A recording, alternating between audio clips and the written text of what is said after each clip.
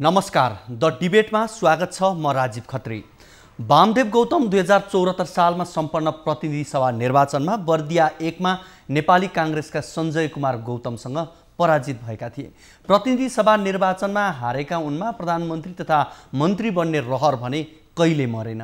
केही समयका लागि भए पनि आफूलाई प्रधानमन्त्री बनाएर नेपाल सीमित समयभित्रै चीनको दाँजोमा पुग्ने समेत भाषण गर्न उनले भ्याउँदै आएका थिए र गौतमले अन्ततः उनको उद्धार भएको छ राष्ट्रिय सभामा मनोनित गरेर। सत्तारूढ दल नेपाल कम्युनिस्ट पार्टी नेकपाका उपाध्यक्ष समेत रहेका वामदेव गौतमलाई नेकपाले राष्ट्रिय सभा सदस्य बनाउने निर्णय गरेसँगै नेपाली राजनीतिमा नयाँ तरङ्ग ल्याएको छ।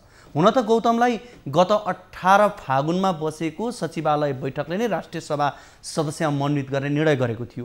राष्ट्रिय सभा सदस्य पनि प्रधानमन्त्री बन्न मिल्ने गरी संविधान संशोधन गर्नुपर्ने मात्रै आफू राष्ट्रिय सभामा जाने बताउँदै पनि आउनुभएको थियो त्यस बेलामा गौतमले। र अहिले तर प्रधानमन्त्रीको युवराज खतिवडालाई दोहोऱ्याउने अडानका कारण राष्ट्रिय सभा छिर्न पाएनन्। यहाँ प्रश्न के छ भने गौतमको चाहना राष्ट्रिय सभा मात्रै होइन मन्त्रीसम्म बन्ने देखिन्छ। तर यति बेला गौतमलाई राष्ट्रिय सभामा मनोनित गर्ने राष्ट्रपतिको निर्णय बद्दर गर्न माग गर्दै सर्वोच्चमा रिट दायर भएको छ।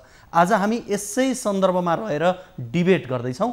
हामीसँग हुनुहुन्छ निर्णय बद्दर गर्न माग गर्दै रिट दायर गर्नुहुने मध्येका वरिष्ठ अधिवक्ता दिनेश त्रिपाठी र नेकपाका नेता बलराम सापकोटा। यहाँहरू दुवैजनालाई कार्यक्रममा स्वागत छ। धन्यवाद। हजुर, म बलरामजी तर्फै लाग्छु। पहिला बलरामजी, प्रतिनिधि सभामा हार बिहोरेका व्यक्तिलाई राष्ट्रिय सभामा उद्धार गर्नुपर्ने अवस्था किन आयो? नेकपामा वामदेव भन्दा योग्य व्यक्ति अरू नभएर हो, जनताले नरुचाए पनि जस्किलोबाट ल्याउनु पर्ने? अब नेपालको परम्परालाई पनि हामीले हेरौँ। अब वामदेव गौतमजी राष्ट्रिय आवश्यकता महसुस गर्यो पार्टीले र पार्टीले निर्णय गर्यो। अब पराजित मान्छे चाहिँ फेरि ल्याउनु हुँदैन भन्ने कुरो नेपालकै प्रेसिडेन्ट स्लिप जस्तो 2015 सालको निर्वाचनमा पराजित हामीले सन्त नेता भन्छौँ नेपाली काङ्ग्रेसको तत्काल चाहिँ कृष्ण प्रसाद भट्टराईज्यूलाई सदनमा ल्याएर सभामुख बनाइएको छ नम्बर 1। र त्यही 15 सालको निर्वाचनमा रामेछापबाट पराजित हुनुभएको सूर्यप्रसाद उपाध्यायलाई गृहमन्त्री बनाइएको छ। अब धेरै टाढा लोकतन्त्रको एउटा लामो इतिहास बोकेको हाम्रो मित्र राष्ट्र भारतमा पनि मनमोहन सिंहलाई पराजित भइसकेपछि राष्ट्रिय सभाबाट ल्याइएको हो र अस्ति भर्खरै अरुण जेटली पनि पराजित व्यक्तित्व माथिल्लो सदनबाट फेरि उहाँलाई चाहिँ ल्याएर अर्थमन्त्री बनाइएको छ। यसकारण चाहिँ यस्ता घटनाहरू राजनैतिक इतिहासमा चाहिँ देखिन्छन्। जसरी यहाँले इतिहासका ती कुरालाई ल्याउनु भयो र जसरी भन्दै हुनुहुन्छ 15 सालमा या त्यसभन्दा अगाडि 47 सालको संविधान त काम लागेन भनेर फ्याँकेर लोकतान्त्रिक गणतन्त्र आइसक्यो। अब हामी परम्परा विगतमा यस्तो भएको थियो, अब त्यसै गर्नुपर्छ भन्ने पनि हुन्छ र? जब राष्ट्रिय आवश्यकता महसुस गरिन्छ नि कुनै भनेपछि अहिले गौतम हुनु भएन भने नेपाली राजनीति अगाडि बढ्न सक्दैन। होइन, कोही व्यक्ति नहुँदैमा राजनीति अगाडि बढ्दैन भन्ने होइन। राजनीतिलाई अझ बढी चाहिँ गतिशील बनाउन, राजनीतिक गतिविधिहरूलाई अझ बढी क्रियाशील बनाउन, सरकारका गतिविधिहरूलाई अझ बढी चाहिँ मजबुत गराउनुको लागि हाम्रो पार्टीको निर्वाचन मस्यौदाकार मध्येको एकजना हुनुहुन्छ, निर्वाचन घोषणापत्र मस्यौदाकार मध्येको एकजना हुनुहुन्छ। उहाँकै संयोजनमा चाहिँ निर्वाचन घोषणापत्र हामीले चाहिँ सार्वजनिक गरेका छौँ र त्यो निर्वाचन घोषणापत्र कार्यान्वयन गर्ने काम त नेकपाको सरकारको हो नि अहिले। त्यस अर्थमा पनि उहाँको आवश्यकतालाई अझ बढी चाहिँ एउटा टटकारो रूपमा महसुस गरियो पार्टीभित्र। म यति बेला दिनेशजी तर्फ आउँछु। दिनेशजी, अब राष्ट्रले आवश्यकता गरेर वामदेव गौतमलाई ल्याउने यति बेला दिनेशजी हामीसँग आइसक्नु भएको छ र म यहाँसँगै जान्छु। बलरामजी, जसरी यहाँले अब राष्ट्रले नै आवश्यकता महसुस गरेको उहाँ बाहेकको अर्को विकल्पै थिएन जसरी यहाँले भन्नुभयो, विकल्प थिएन भन्दा पनि त्यसलाई नबढाउनु, निर्विकल्प भन्ने विकल्प रहित हरेक चिज निर्विकल्प हुँदै हुँदैन। तर अहिले त त्यही देखियो नि, उहाँको आवश्यकतालाई महसुस गरियो, विकल्पै नहुने त हुँदै हुँदैन। किन आवश्यकता चाहिँ कहाँ किन कसरी महसुस भयो अहिले चाहिँ भन्नुहोस् त? आवश्यकता किन कहाँ कसरी महसुस भयो भने वामदेव गौतमजी कम्युनिस्ट पार्टीको इतिहासलाई हेर्ने हो भने पनि उहाँ एउटा धेरै वर्ष चाहिँ कम्युनिस्ट पार्टीभित्र क्रियाशील रहनुभएको व्यक्तित्व हो, नम्बर 1। नम्बर 2, गणतन्त्र स्थापना गर्नु पनि उहाँको महत्त्वपूर्ण भूमिका रह्यो। नम्बर 3, माओवादी र दुईटा ठुल्ठुला पार्टीको बिचमा एकता भएर नेकपा बनेको कुरो यहाँलाई थाहा छ होइन, र त्यो दुईटा पार्टीको बिचमा एकता गराउने चिजमा पनि उहाँको महत्त्वपूर्ण भूमिका रह्यो।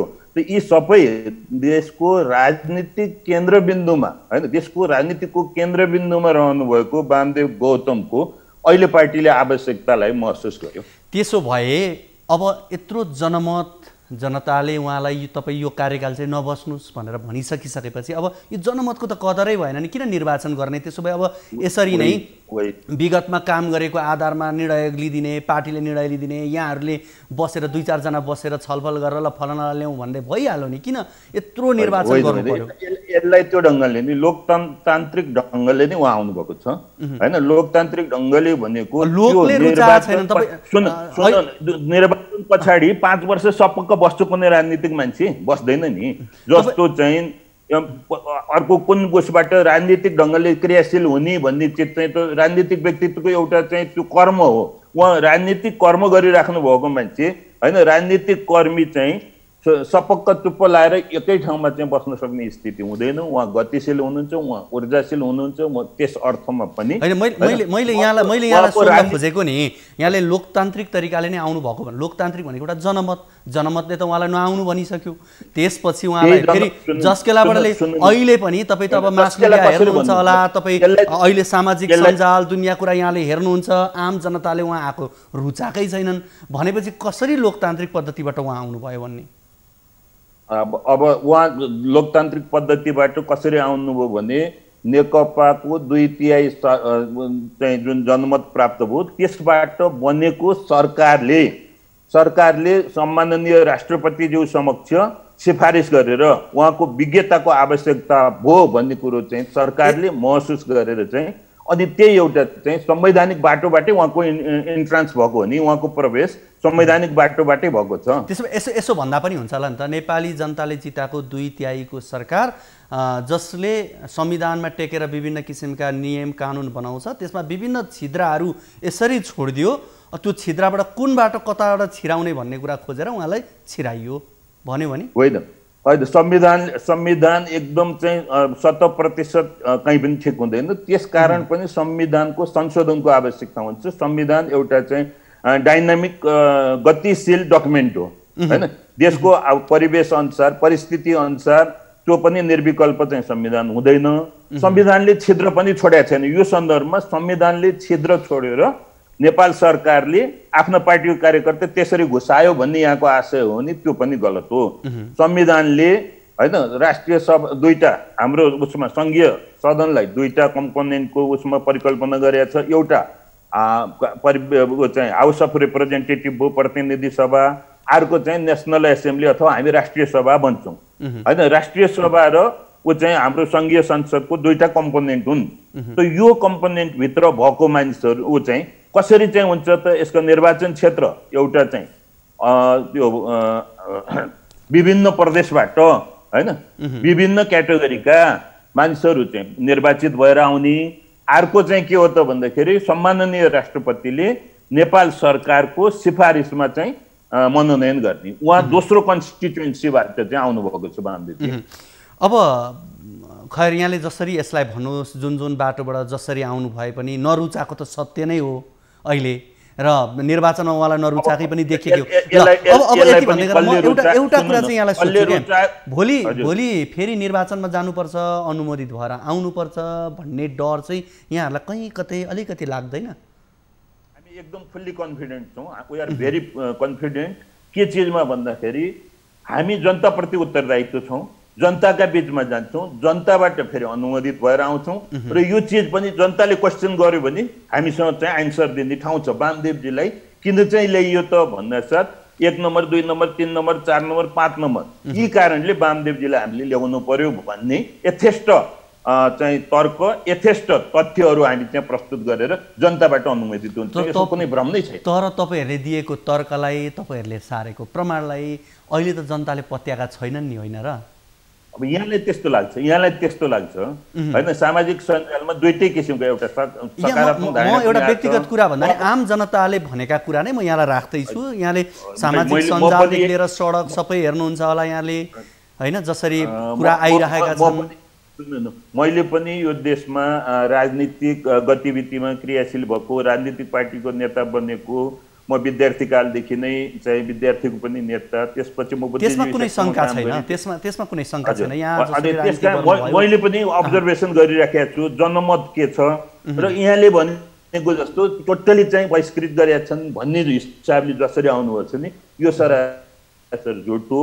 यो एउटा चाहिँ के त भन्दाखेरि कतै चाहिँ डिजाइन भएको वामदेवजीलाई चाहिँ कुनै हिसाबले चाहिँ आउन नदिनको लागि चाहिँ कसैले डिजाइन गरे पनि हुनसक्छ। किन भन्दा उहाँ यस्तो भास्ट डिफरेन्सको उसमा जहाँ चाहिँ नेकपाको गढ थियो त्यहाँ पराजित हुनुभएको छ। त्यो पराजय पनि सहज रूपमा पराजय होइन। होइन, त्यो त तपाईँहरूको पार्टीभित्र कसरी के भयो, पार्टीले के गर्यो, कहाँ जसरी यहाँहरूले आरोप प्रत्यारोपण छ त्यो तपाईँहरूको पार्टीभित्र कुरा हो। तर तत्कालीन अवस्थामा जनताले दिएको जनमत, जनताले जे भनेर उहाँलाई पठायो त्यो त त्यही हो नि त। देखिएको रिजल्ट त आखिर जे देखियो रिजल्ट त्यही, त्यसैमा विश्वास गर्ने हो। त्यो परिणामलाई हामीले स्वीकार गर्नु पर्दछ। अब यति बेला संवैधानिक सर्वोच्चता भन्दा पनि राजनीतिक सर्वोच्चता बढी हावी भएको देखिन्छ।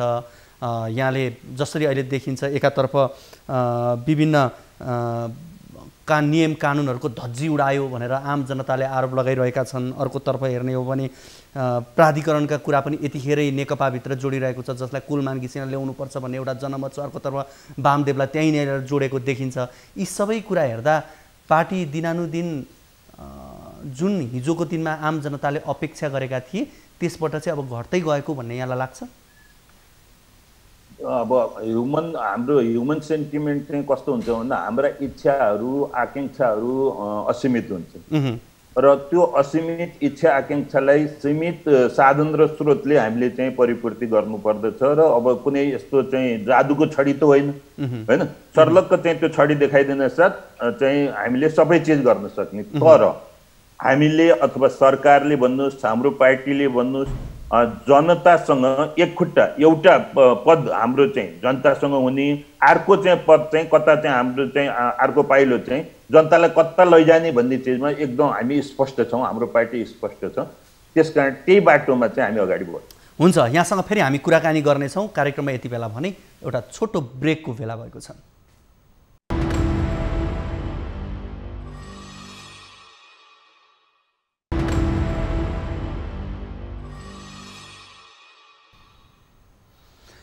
दर्शकवृन्द, हामी द डिबेटमा छौँ। यहाँहरूलाई फेरि पनि स्वागत गर्छौँ र हामी आज विशेष गरी वामदेव गौतमलाई राष्ट्रिय सभामा मनोनयन गरेसँगै उब्जेका विभिन्न प्रश्न का सन्दर्भमा रहेर कुराकानी गरिरहेका छौँ। हामीसँग यति बेला हुनुहुन्छ नेकपाका नेता बलराम बास्कोटा भने हामीसँग अधिवक्ता दिनेश त्रिपाठी पनि जोडिने प्रयासमा हुनुहुन्छ। उहाँसँग हामी केही प्राविधिक कारणले उहाँसँग जोडिन सकेका छैनौँ, तर हामी उहाँसँग कुराकानी गर्नेछौँ। यति बेला फेरि म बलरामजीतर्फै लाग्छु। बलरामजी, यहाँले जसरी वामदेव गौतम आवश्यकता थियो, राष्ट्रले आवश्यकता महसुस गरेर उहाँलाई ल्यायो र विभिन्न कुरा यहाँले जसरी भन्नुभयो, यसरी हेर्दा उहाँले जुन दिन राष्ट्रिय सभामा शपथ लिँदै गर्दा उहाँले के भन्नुभयो भने म राष्ट्रिय सभाको गरिमालाई कायम राख्छु भनेर उहाँले भन्नुभयो। अहिले संविधान जारी भएको 5 वर्ष केही दिन मात्रै भयो, 5 वर्ष पुरा भएको, तर आम नागरिकले अहिले सर्वोच्चमा रिट पनि परेको छ। अब सर्वोच्चले सम्मानित अदालतले भोलि के फैसला गर्छ त्यो पछिको कुरा हो। तर एक हिसाबले हेर्ने हो भने त संविधानकै धज्जी उड्यो भन्ने तरिकाले पनि त कुरा आइरहेको छ नि।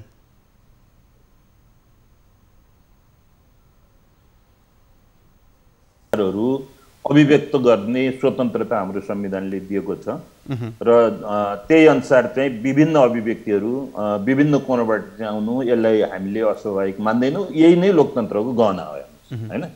र त्यही सन्दर्भमा अहिले चाहिँ अब वरिष्ठ अधिवक्ता दिनेश त्रिपाठीज्यू लगायतका ले चाहिँ अहिले सर्वोच्चमा रिट दिनुभएको छ। उहाँलाई राष्ट्रिय सभाको सदस्य नगराउनु अथवा गराइसकेको बदर गराउनु र अझ के मन्त्री पनि नबनाउनु भन्ने आशयको मैले बुझेसम्म त्यो आशयको छ। उहाँ चाहिँ अगाडि आउनुभएको भने अझ सजिलो हुन्थ्यो छलफल गर्न। सम्भवतः आउनु होला, फेरि हामी छलफल गरौँ होला।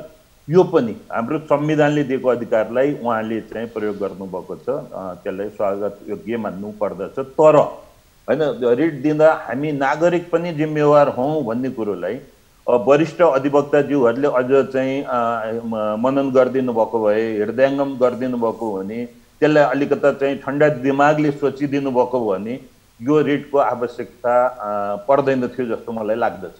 किन पर्दैन थियो जस्तो लाग्दछ भने उहाँ अब यहाँले जुन जस्केलाबाट अर्कोबाट ढोकाबाट छिर्न नसकेपछि झ्यालबाट छिर्नुभयो भन्ने कुरो अगाडि चाहिँ जुन तर्क आउनुभयो त्यो तर्क चाहिँ गर्न सकिएला, तर तथ्यले चाहिँ त्यसलाई पुष्टि गर्दैन। नम्बर 1 किन गर्दैन भने म अब एकचोटि पराजित भइसकेपछि राजनीतिमा अब चाहिँ के चाहिँ 5 वर्ष चुप्प लागेर बस भने हो त भन्दा साथ होइन। र जस्तो चाहिँ योभन्दा अगाडिको निर्वाचनमै पनि विभिन्न ठाउँमा हार्नुभएका व्यक्तित्वहरू राष्ट्रिय सभामा आउनुभएको छ नि, म यहाँ नाम चाहिँ भन्न चाहन्न होइन। तर तिनीहरूको विषयमा यत्रो चाहिँ कुनै चाहिँ बस पैरवी नहुनु, अब वामदेवजीको चाहिँ जुन आउनुभएको छ बस पैरवी हुनु, छलफल हुनु, यसलाई मैले नकारात्मक मानेको छैन। अझ रिटै दिनुपर्ने जुन परिवेशहरू सृजना गरेको भयो र गराइएको छ होइन, त्यो भित्रको इन्टेन्सन के हो, आशय के हो होइन, अथवा नियत के हो, यो विषयमा पनि हामीले चाहिँ गम्भीरतापूर्वक भनेपछि यहाँको आशय भनेको कुनै संवैधानिक या कानुनी व्यवस्थालाई टेकेर रिट गर्नुभएको होइन, यो फगत एउटा चर्चाको लागि मात्रै उहाँहरूले गर्नुभयो। मलाई त्यस्तो लाग्छ। अब यति बेला फेरि दिनेशजीको त अब धेरै इस्युहरूमा उहाँले चाहिँ रिट पनि दायर गर्नुभएको छ नि त, र उहाँका रिट दायरहरू कति कार्यान्वयन भएको छन् त्यो पनि अब तथ्याङ्क त मसँग छैन होइन। उहाँसँगै बस पैरवी गर्नुपर्छ भने भए मैले चाहिँ ल्याउँथेँ पनि होला, मलाई पनि 81 दिनेशजी पनि आउनुहुन्छ भन्ने हुनाले उहाँ जस्तो वरिष्ठ ज्यूसँग आएर छलफल ठिक छ। यति बेला दिनेशजी पनि आइसक्नु भएको छ, म उहाँसँग कुराकानी गर्छु। दिनेशजी, यहाँलाई पनि स्वागत छ। धन्यवाद। हामीसँग नेकपाका नेता बलराम बास्कोटा पनि हुनुहुन्छ, म यहाँसँग कुराकानी गर्छु। यो कुन संवैधानिक र कानुनी व्यवस्थालाई टेकेर यहाँहरूले रिट दायर गर्नुभयो? यो संवैधानिक र कानुनी व्यवस्थालाई टेकेर रिट हाल्नुभयो कि खालि चर्चाको लागि मात्रै? होइन, त्यसमा यो विषयमा हाम्रो संविधान चाहिँ स्पष्ट छ। पहिलो कुरा के हो भने संविधानको धारा 2 ले सार्वभौम सत्ताको स्रोत नेपाली जनतालाई मानेको छ, राजकीय सत्ताको स्रोत नेपाली जनतालाई मानेको छ। यसको अर्थ के हो भने नेपालको शासन प्रणालीको त्यो सर्वोपरिता भनेको जनताको सर्वोपरिताको आधारमा शासन प्रणाली सञ्चालित हुनु पर्यो र जनताले उहाँलाई दण्डित गरेको छ, उहाँलाई निर्वाचनमा पराजित गरेको छ र उहाँको जनताको म्यान्डेट के हो भने संसदको यो कार्यकालभित्र तपाईँ संसदभन्दा बाहिर बस्नुहोस्। उहाँलाई संसदमा जाने म्यान्डेट जनताले दिएको छैन। जनताले चाहेको भए उहाँलाई चाहिँ म्यान्डेट दिने थियो। त्यसकारण के हो भने अहिले उहाँलाई राष्ट्रिय सभामा लानु भनेको त्यो संविधानको धारा 2 जुन जनतामा रहेको सार्वभौम सत्ता हो त्यो जनमतको अपमान हो, लोकतन्त्रको अपमान हो। त्यसै गरी संविधानको धारा 74 ले के भन्यो भने नेपालको शासन प्रणाली बहुदलीय प्रतिस्पर्धामा आधारित हुन्छ र उहाँ चाहिँ बहुदलीय प्रतिस्पर्धामा पराजित भएको व्यक्ति हो। निर्वाचन किन गराइन्छ भने किनभने निर्वाचन प्रक्रिया मार्फत हरेक उम्मेदवारले आफ्नो श्रेष्ठता स्थापित गर्नुपर्ने हुन्छ। उहाँ चाहिँ निर्वाचनमा पराजित भइसकेको व्यक्तिलाई फेरि राष्ट्रिय सभामा ल्याउनु भनेको त्यो जनताको अभिमतलाई चाहिँ खारेज गर्नु हो। अब संविधानमा सरकारको सिफारिसमा राष्ट्रपतिले मनोनित गर्न सक्ने व्यवस्था छ भने कसरी अवैधानिक भयो? होइन, यस्तो छ, नेपाल सरकारले चाहिँ के छैन सिफारिस गर्न सक्छ, तर सिफारिस गर्नुको अर्थ के हो भने त्यो कुनै पनि सिफारिसहरू स्वेच्छाचारी हुनु हुँदैन। एउटा संविधान संविधानवादको आधारभूत सिद्धान्त के हो भने संविधानले कुनै पनि निकाय वा पदाधिकारीलाई कुनै शक्ति वा अधिकार प्रदान गरेको छ भने संविधानको एउटा लेजिटिमेट एक्सपेक्टेसन के हुन्छ भने यो अधिकारलाई एउटा चाहिँ विवेकसम्मत तरिकाले चाहिँ यसको प्रयोग हुनेछ, यसको चाहिँ गुड फेथमा यसको प्रयोग हुनेछ, यसको चाहिँ कपटपूर्ण तरिकाले, यसको चाहिँ जालसाजीपूर्ण तरिकाले यसले संविधानको सम्पूर्ण मूल्य र मान्यतालाई पराजित हुने गरी यसको प्रयोग गरिने छैन। मैले यहाँलाई थोरै रोकेँ। हिजोका दिनमा नारायण काजी श्रेष्ठ लगायतलाई नियुक्ति गर्दा चाहिँ असंवैधानिक भएन, आज चाहिँ वामदेवको हकमा मात्रै किन असंवैधानिक बन्यो? हैन, नारायण काजीको हकमा पनि त्यो असंवैधानिक हो। र एउटा कुरा के छ भने एउटा गल्ती भयो त्यसमा के छ भने अब अर्को त्यही गल्तीलाई दोहोऱ्याएर त्यसलाई सही बनाउन सकिँदैन। त्यसकारण के हो भने two wrongs cannot make one right, दुईटा गल्ती मिलेर एउटा सही बन्न सक्दैन। नारायण काजीजीलाई बनाएको पनि त्यो पनि संविधानको मर्म र भावनाको खिलाफमा हो। र एउटा कुरा के हो भने जस्तो संविधानले आवधिक निर्वाचनको व्यवस्था गर्यो नि, बालिग मताधिकारको व्यवस्था गर्यो नि, त्यो भनेको त हाम्रो संविधानको केन्द्रीय तत्त्व हो नि। तपाईले जस्तो प्रस्तावना भनेको संविधानको चाहिँ राइट हाउस हो। यदि संविधानको धारामा कहीँ एम्बिग्युटी, कहीँ अस्पष्टता भयो भने त्यो चाहिँ प्रस्तावनाको भावना के हो? र एउटा कुरा 78(4) ले त क्लियरली के भनिदियो भने उहाँले त मन्त्री बनाउने कुरा पनि छ नि, सांसद मात्रै बनाएर मात्रै यो उहाँहरू चाहिँ रोकिनेवाला हुनुहुन्न। र त्यो पनि एउटा पावरफुल मन्त्री। र 78(4) ले चाहिँ क्लियरली के भनिदियो भने कि प्रतिनिधि सभामा पराजितको निर्वाचनमा पराजित भएको व्यक्ति प्रतिनिधि सभाको त्यो कार्यकालभरि मन्त्री बन्न चाहिँ योग्य हुँदैन, मन्त्री चाहिँ बनाउन मिल्दैन भनेर संविधानले चाहिँ ब्ल्याक एन्ड व्हाइटमा वर्जितै गरिदियो नि। र अब उहाँलाई चाहिँ कुन चाहिँ धाराले टेकेर चाहिँ मन्त्री बनाउन मिल्छ? र एउटा चाहिँ के छ अर्को के मित्रहरूले गर्दै हुनुहुन्छ भने र संविधानले चाहिँ कहाँ रोकेको छ उहाँलाई मन्त्री बनाउन? एउटा कुरा के हुन्छ भने यो संविधानको र कानुनको व्याख्याको एउटा सिद्धान्त के हुन्छ भने यो सिद्धान्तलाई अलिकति हामीले बुझ्नु जरुरी छ। दुई किसिमको चाहिँ पर्सनालिटी हुन्छ, एउटा हुन्छ लिगल पर्सनालिटी, एउटा हुन्छ नेचुरल पर्सनालिटी। तपाईँ हामी चाहिँ के छ भने नेचुरल पर्सनालिटी हो भने स्टेट भनेको चाहिँ के छ भने लिगल पर्सन हो। र प्राकृतिक व्यक्तिले के छ भने कानुनले निषिद्ध गरेका बाहेक सबै काम गर्न पाउँछ। तर लिगल पर्सनले के हुन्छ भने संविधान वा कानुनले अख्तियारी नदिएको, डाइरेक्ट अख्तियारी नदिएको कुनै पनि काम गर्न पाउँदैन। र लोकतान्त्रिक सरकार भनेको कन्स्टिट्युसनल डेमोक्रेसी भनेको एउटा लिमिटेड गभर्नमेन्टको अवधारणामा आधारित हुन्छ। अर्थात् के हुन्छ भने संविधान र कानुनले प्रत्यक्ष रूपमा अख्तियारी दिएको छैन भने त्यो काम गर्न पाइँदैन। म दिनेशजी म यहाँ 78(4) किन राखियो? 78(4) एक सेकेन्ड, 78(4) यस कारण राखियो किनभने भोलि चाहिँ निर्वाचनमा पराजित भएका व्यक्तिहरूलाई राष्ट्रिय सभामा ल्याएर मन्त्री बनाउन कि भनेर त्यो चाहिँ एउटा छेकबार राख्यो नि संविधानले। संविधानको चाहिँ के छ भने मर्म चाहिँ क्लियर छ। संविधानले चाहिँ के छ भने स्पष्ट रूपमा चाहिँ के छ भने वर्जितै गर्यो नि। हुन्छ, यति बेला म बलरामजी दिनेशजीको कुरामा के छ के भन्नुहुन्छ? अब दिनेशजीले भन्नुभयो नेपाल सरकार प्रक्रिया आदि इत्यादि चाहिँ उहाँले अस्वीकार गर्नु भएन, किन भन्दा उहाँ एकदम बुद्धिजीवी मान्छे हो भन्ने त्यसले पनि प्रकट भयो। तर उहाँले के भन्नुभयो त भन्दा नेपाल सरकार चाहिँ यो स्वेच्छाचारी निर्णय गर्यो हैन। उहाँलाई नेपाल सरकारले राष्ट्रिय सभामा चाहिँ जुन वामदेवजीलाई चाहिँ मनोनित गर्यो यो स्वेच्छाचारी भयो भन्ने उहाँलाई लाग्यो। अब हामीलाई चाहिँ यो एउटा आवश्यकीय लाग्यो भन्ने, यसलाई उहाँले कानुनी हिसाबले यो अवैध हो भन्ने चाहिँ यहाँ तर्क गर्नु भएको छैन। त्यो चाहिँ खुसी लाग्यो, उहाँलाई स्वेच्छाचारी लाग्न सक्छ तर हामीलाई यो आवश्यकता चाहिँ लाग्यो। त्यस अर्थमा अब आवश्यकता र स्वेच्छाचारिताको चाहिँ कुरो बस होस् हैन।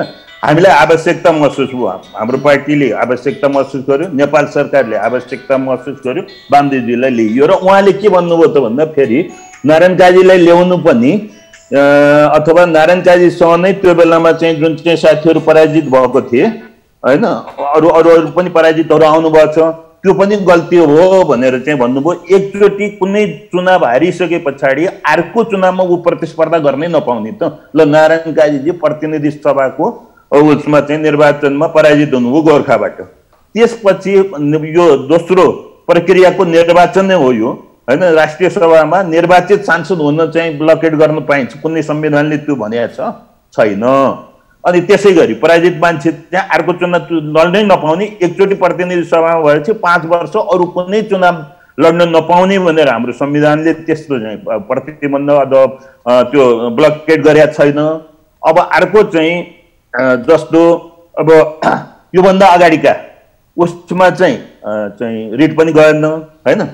अब अहिले रिट जानुको पछाडि अब उहाँहरू अघि नै मैले यहाँसँग चाहिँ निवेदन गर्यो, एकदम त्यो वरिष्ठ अधिवक्ताज्यूले रिट दिएपछि उहाँ धेरै चिज ठाउँमा चाहिँ रिट दिनुहुन्छ, उहाँ चर्चामा आउने हो भन्ने चिजमा त कुनै दुविधा छैन। तर पनि हाम्रो संविधानले कानुनी व्यवस्था, कानुनी बाटो, कानुनी ढोका घचघचाउने गरेको छ, त्यो स्वागत योग्य कुरो छ। दिनेशजी म एकदमै अन्त्यमा छौँ, हामी अन्त्यमा छौँ। यहाँसँग हामीले प्राविधिक कारणले सुरुदेखि नै कुराकानी गर्न सकेनौँ। अहिले जसरी बलरामजीले भन्नुभयो यो आवश्यकता थियो र थिएनको मात्रै बहस हो या कार्यकारी अधिकारलाई गलत व्याख्या गर्ने चेष्टा यहाँले जसरी गर्नुभयो, संवैधानिक इजलास र सर्वोच्चको नजिरले पनि तपाईँहरूको यो मागलाई दाबी गर्नलाई स्थापित गर्ने आधारहरू छन् के छ? होइन, यसमा एउटा के हो भने एउटा त अब यसमा त ठ्याक्कै यो, किनभने यस किसिमको प्रणाली त हामी पहिलोचोटि न संविधान बनायो। नजिर भनेको त योभन्दा अगाडि त अब यसरी चाहिँ हामीसँग राष्ट्रिय सभामा यस किसिमको हामीसँग संवैधानिक बन्दोबस्त थिएन, त्यस कारण यो पहिलो टेस्ट केस हुन्छ। तर एउटा कुरा के हुन्छ भने कानुनको व्याख्या गर्दाखेरि, संविधानको व्याख्या गर्दाखेरि संविधानको चाहिँ आधारभूत मूल्य र मान्यतालाई पनि ध्यानमा राखिन्छ। र एउटा जस्तो भन्नुहोस् न, यो संविधानले परिकल्पना गर्न खोजेको प्रणाली के हो भने लोकतान्त्रिक र उत्तरदायी र प्रतिस्पर्धामा आधारित चाहिँ प्रणालीलाई स्थापित गर्न खोजेको हो। र जनतालाई चाहिँ के छ भने अल्टिमेट पावर छ, कसैलाई पनिस गर्ने र रिवार्ड गर्ने चाहिँ अन्तिम अथोरिटी जनताले छ। जनताले गरेको निर्णयमा चाहिँ के छ भने 5 वर्षभित्र कहीँ पनि पुनरावेदन लाग्दैन, त्यो जनताको अदालतले गरेको निर्णय चाहिँ त्यो अन्तिम मानिन्छ। अब जनताको निर्णयलाई उल्ट्याउनु भनेको त्यो चाहिँ संविधानको नैतिकता, कन्स्टिट्युसनल मोरालिटी पनि यसलाई भन्छ, त्यो संवैधानिक नैतिकता पनि खण्डित भएको छ। र संविधानले एउटा एक थरी मित्रहरूले के तर्क गर्नुहुन्छ भने ल यो नैतिकताको कुरा होला, तर संविधानले कहाँ छेकेको छ? संविधानले क्लियरली छेकेको छ। र एउटा कुरा के हो भने संविधानले सार्वजनिक रूपमा अनैतिकतालाई बढावा दिनको लागि संविधान बनाइदैन। संविधानको उद्देश्य के हुन्छ भने यसले सार्वजनिक जीवनमा एउटा नैतिकता, स्वच्छता, एउटा उत्तरदायित्व र एउटा लोकतान्त्रिक पिपुललाई यसले इम्पावर गर्नेछ। अब जनताले चाहिँ हराउन पनि नपाउने, जनताले हराएको व्यक्तिलाई तपाईले चाहिँ के छ भने राष्ट्रिय सभामा ल्याएर फेरि मन्त्री बनाउने हो भने त अब अनिर्वाचित व्यक्तिहरूको निरङ्कुशता यदि स्थापित हुने हो भने त निर्वाचनको बालिग मताधिकारको औचित्य समाप्त भएन। त्यसकारण के हो भने संविधानको कुनै धाराको प्रयोग गर्दाखेरि त्यो संविधानको आधारभूत परिकल्पनालाई नै ध्वस्त हुने गरी, त्यसलाई पराजित हुने गरी, त्यसलाई खण्डित हुने गरी त्यो कुनै पनि धाराको प्रयोग गर्न मिल्दैन। त्यसकारण के छ भने यो चाहिँ के हो भने एउटा संविधानको यो चाहिँ एउटा कपटपूर्ण प्रयोग हो, यो चाहिँ बदनीपूर्ण हो, यो चाहिँ एउटा जालसाजी प्रयोग गरिएको यो हो। यहाँहरू दुवैजनालाई धेरै धेरै धन्यवाद, कुराकानी गरिदिनु भयो, समय दिनु भयो। कुरा चाहिँ स्वीकार गर्न सक्दैन। हस्, धन्यवाद यहाँहरू दुवैजनालाई। यहाँलाई पनि हामीलाई चाहिँ हाम्रो अभिव्यक्तिहरू राख्ने मौका दिनुभयो, धन्यवाद। दर्शकवृन्द, आज हामीले द डिबेटमा वामदेव गौतमलाई राष्ट्रिय सभामा नियुक्त गरेसँगै नेपाली राजनीतिमा उब्रिएका विभिन्न तरङ्गका सन्दर्भमा रहेर कुराकानी गऱ्यौँ।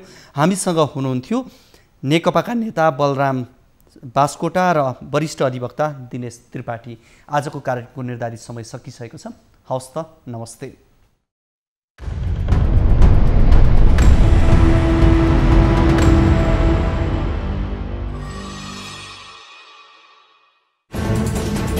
कोरोनाले सृजना गरेको सङ्कटमा पल पलका न्युज अपडेट र हर क्षेत्रको कभरेजका लागि न्युज 24 नेपाल युट्युब च्यानललाई सब्स्क्राइब गर्नुहोला।